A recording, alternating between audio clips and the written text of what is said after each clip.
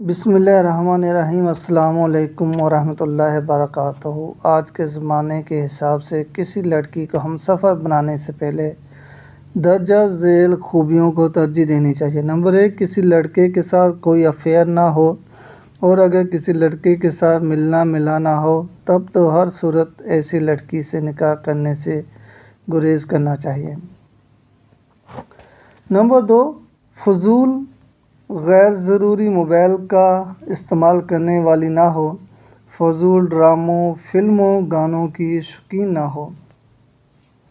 Number 3، نت نئے فیشنی چولچوں کی شوقین نہ ہو۔ نمبر 4، بے حیا بے پردہ نہ ہو، حیا، شرم، پردہ کو لازمی ترجیح دیتی ہو۔ نمبر 5، گھر میں باپ بہن بھائی کا ادب کرنا جانتی ہو۔ نمبر 6، مذہبی کتابوں سے اس کو رغبت ہو۔ نمبر 7، غیر ضروری شادیوں، فضول قسم کی بیہودہ تقریبات میں شرکت کی شوقین نہ ہو۔ نمبر 8، فضول خرچ نہ ہو۔ نمبر 9، مذہبی باتوں کا مذاق نہ بناتی ہو اور علماء کرام کا احترام کرتی ہو۔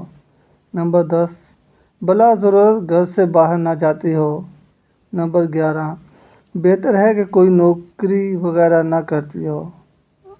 نمبر 12، تیز چیخنے والی عادت نہ رکھتی ہو۔ نمبر 13، بیہودہ، بے حیا، بے ڈھنگے لباس نہ پہنتی ہو۔ یہ چند نہایت اہم باتیں تھیں جو نکاح کے لیے منتخب کی گئی لڑکی میں ضرور دیکھنی چاہیے۔ ان باتوں پر سمجھوتا آپ کی آنے والی نسلیں بگاڑ کر رکھ دے گا۔ ہمارے معاشرے میں عام طور پر رشتہ کرتے وقت کسی صورت عورت کی خوبیاں نہیں دیکھی جاتی، اس کے دینی معاملات نہیں دیکھے جاتے، بس دیکھا جاتا ہے تو وہ یہ کہ بہت خوبصورت ہے، بہت پڑھی لکھی ہے، بہت امیر ہے، بہت سارا دہیج لے کر آئے گی، اپنے خاندان کی ہے، دوست کی بیٹی ہے، وغیرہ وغیرہ۔ مطلب صرف اور صرف اسٹیٹس کی بنیاد پر شادیاں کی جاتی ہیں، احکامات خداوندی اور ہدایات رسول صلی اللہ علیہ وسلم کی ذرا پرواہ نہیں ہوتی، اور پھر جب شادی ہو جاتی ہے تو چند مہینوں بعد بیٹھے قسمت کو رو رہے ہوتے ہیں، تکیوں میں آنسو بہا رہے ہوتے ہیں، بے بسی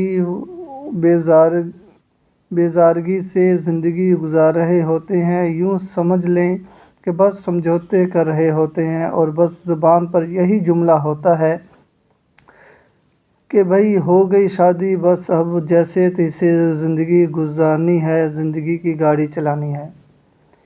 نہیں میرے بھائیو، یاد رکھنا، شادی زندگی کا ایک ایسا اہم فیصلہ ہے جو یا تو انسان کی زندگی کو دنیا میں ہی جنت بنا دیتا ہے یا پھر قبر تک سمجھوتے کرنے پر مجبور کر دیتا ہے۔ خدارا رشتے کرتے وقت، اپنا ساتھی چنتے وقت مکمل ذمہ داری کے ساتھ مذہبی تقاضوں کو سامنے رکھتے ہوئے اپنا ساتھی منتخب کیجیے۔ رب تعالیٰ عمل کی توفیق عطا فرمائے، آمین۔ آج کے زمانے کو سامنے رکھتے ہوئے عورتوں کو نکاح کرتے وقت مرد میں کیا خوبیاں دیکھنی چاہیے، یہ انہیں غور و فکر کر لینی چاہیے اور اپنا ہم نشیں اور ہم سفر چننے کی اجازت ہے۔